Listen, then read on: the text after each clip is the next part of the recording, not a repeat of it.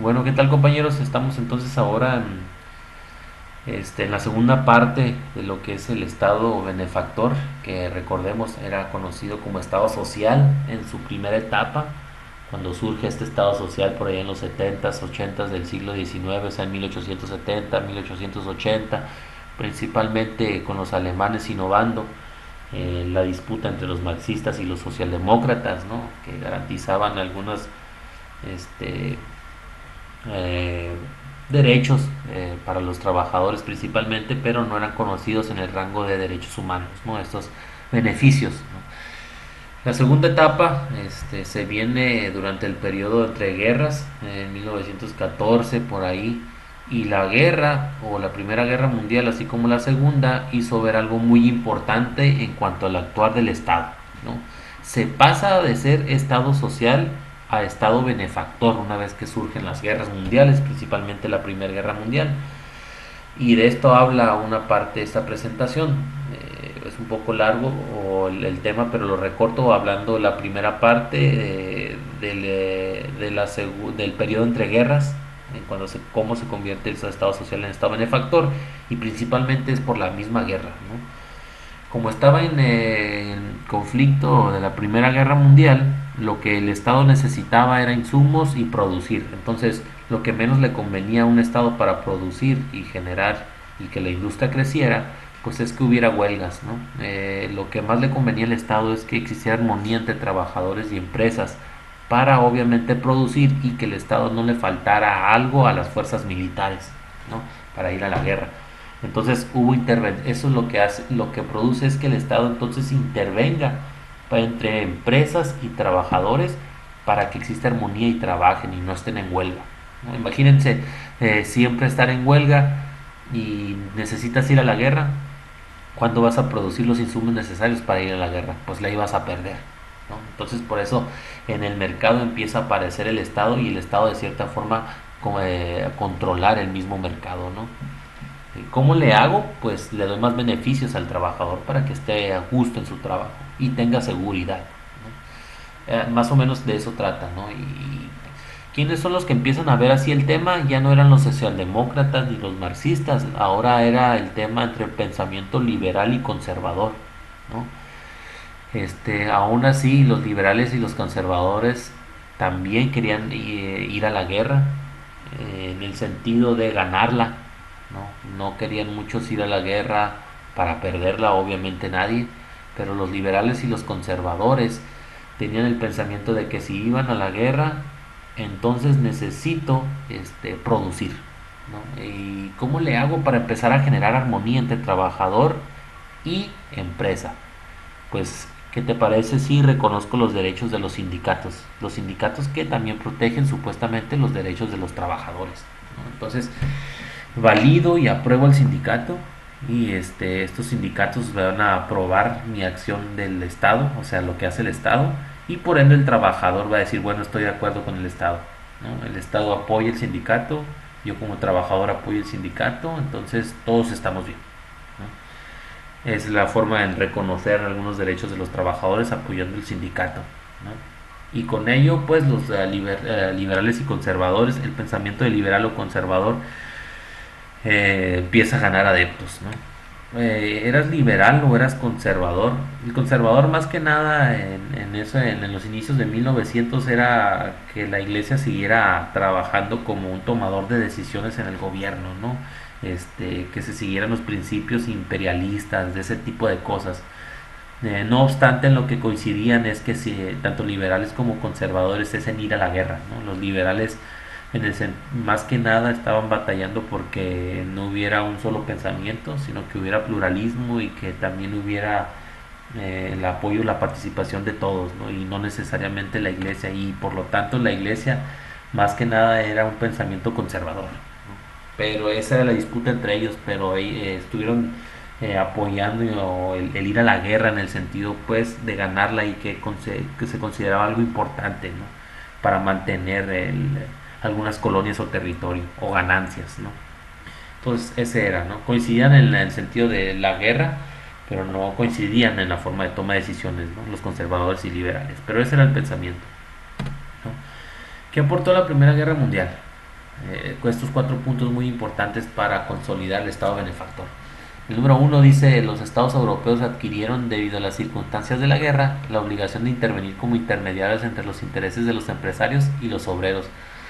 Si los obreros protestan y empiezan a hacer huelgas, la empresa no va a producir y no me va a dar los insumos que requiero para ir a la guerra. Así que debo de trabajar con ellos dos para que estos estén en armonía y produzcan. ¿Cómo le hago? Lo primero es empezar a garantizarle derechos, y el más importante, como ya hemos hablado con el Estado social, pues es darle el sufragio universal, porque este es el primer paso para consolidar más derechos. El punto 2 dice: la economía de guerra fortaleció la capacidad del Estado para intervenir en la economía.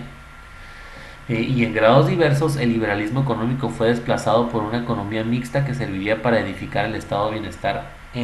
Había un liberalismo al inicio, 1800, 1700, pero este liberalismo deja de ser ese liberalismo en el sentido de que el Estado no participaba. Entonces, cuando había liberalismo, el Estado no participaba entre las acciones de la empresa y el obrero, y dejaba prácticamente a la empresa hacer lo que quisiera.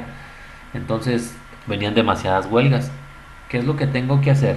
Pues intervenir en el mercado para reducir las huelgas y que trabajaran. Entonces hay una intervención del Estado y deja de ser entonces liberalismo, ¿no? Porque hay una mayor intervención del Estado, y es lo que se conoce como la economía mixta, ¿no? No dejar el libre mercado como tal, sino de tener una presencia en el Estado, ¿no? Para garantizar los derechos de los trabajadores, ¿no? Y que las empresas no abusaran, ¿no? El punto 3 es con la guerra, algo muy importante: la mujer se incorporó al trabajo, incrementando sus derechos políticos, y debilitó la posición del varón en la familia y en la sociedad. La incorporación de la mujer al trabajo fue muy importante porque era un sector vulnerable, el cual, una vez que se introduce, ¿qué es lo que empieza a hacer? El sector vulnerable, en este caso las mujeres, empiezan a exigir derechos, ¿sí? Derechos políticos, el sufragio universal, y ahí están las sufragistas en Inglaterra, ¿no? Entonces empiezan a exigir derechos y se les empiezan a reconocer.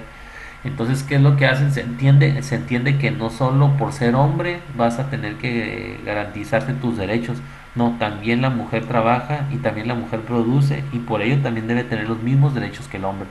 Y empiezas a 1900, a los inicios del 1900, y gracias a la Primera Guerra Mundial, la mujer el tener el mismo valor que el hombre en cuanto dentro de la economía, ¿no? Y se le empiezan a dar todos los mismos derechos que el hombre tenía. Y el cuarto punto dice: la revolución bolchevique del 17 y el Estado soviético dio motivos a los demás estados para ampliar los niveles del Estado social. Cuando en la primera, cuando cae el zarismo en 1917 con la Revolución Roja, o sea, los bolcheviques, y empieza el Estado comunista soviético a trabajar, los demás estados liberales observan que el Estado soviético va directamente al trabajador a garantizarle sus derechos. Y dice: tú, empresario, es egoísta, yo voy a manejar la empresa con decisiones centralistas, pero voy a garantizar los derechos de los trabajadores. Entonces, como que los demás estados alrededor del mundo se empiezan a preocupar, dicen: pues si el Estado soviético está garantizando todos los derechos, pues yo también debería de estarlo haciendo, pero sin la necesidad de convertirme en comunista y yo controlar todas las empresas, ¿no? Voy a tener una intervención en el mercado, pero yo no voy a controlar todo. Pero sí voy a sí voy a tratar de garantizar los derechos. Y eso, el Estado soviético generó presión en ese tipo de decisiones, ¿no? Esto es lo que generó lo que aportó la Primera Guerra Mundial, y esto se consolidó durante el periodo entre guerras, haciendo que se cree el estado de bienestar.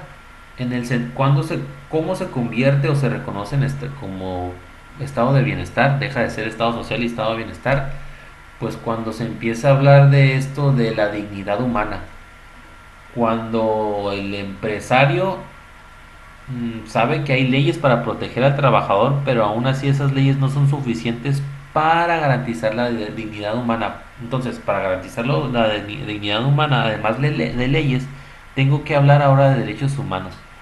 Entonces, pongo en la Constitución: derechos económicos, sociales, culturales son derechos humanos.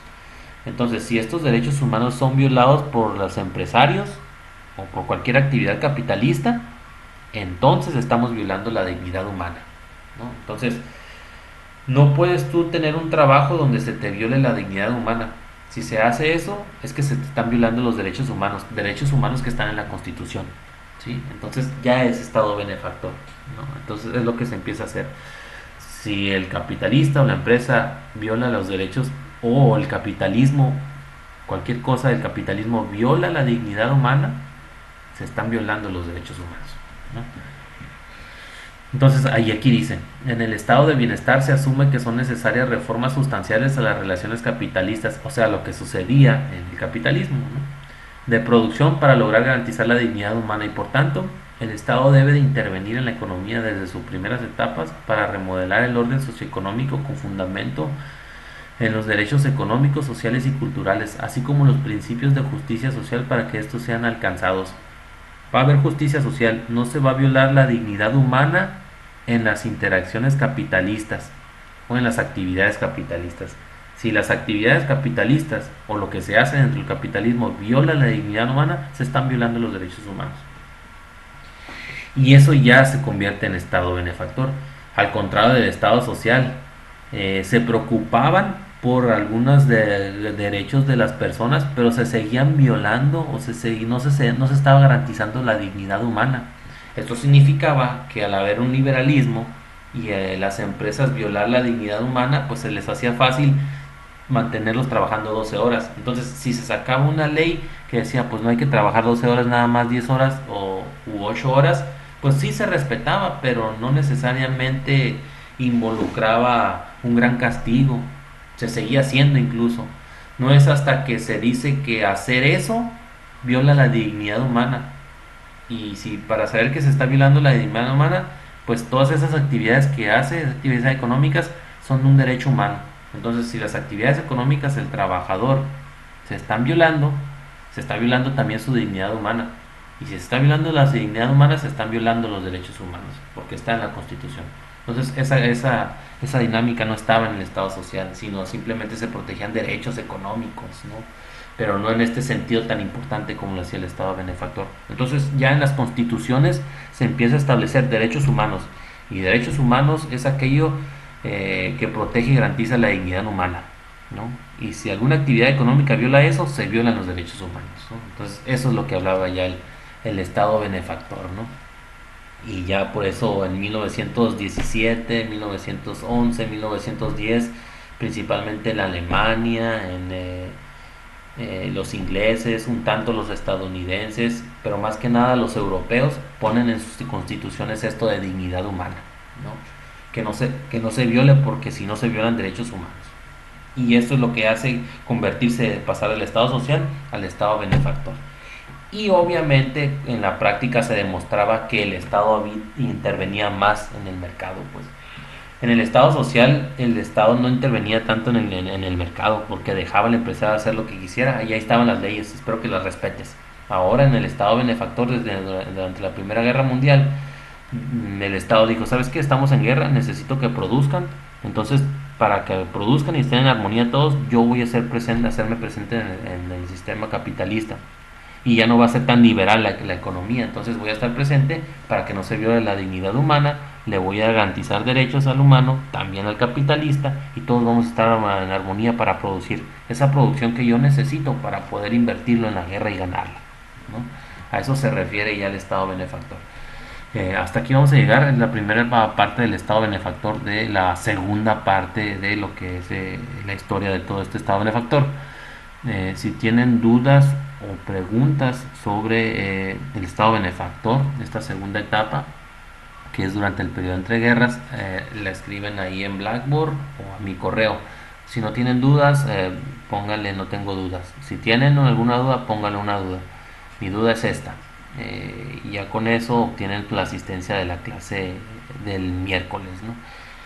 Entonces la dejamos hasta ahí, compañeros. Nos vemos.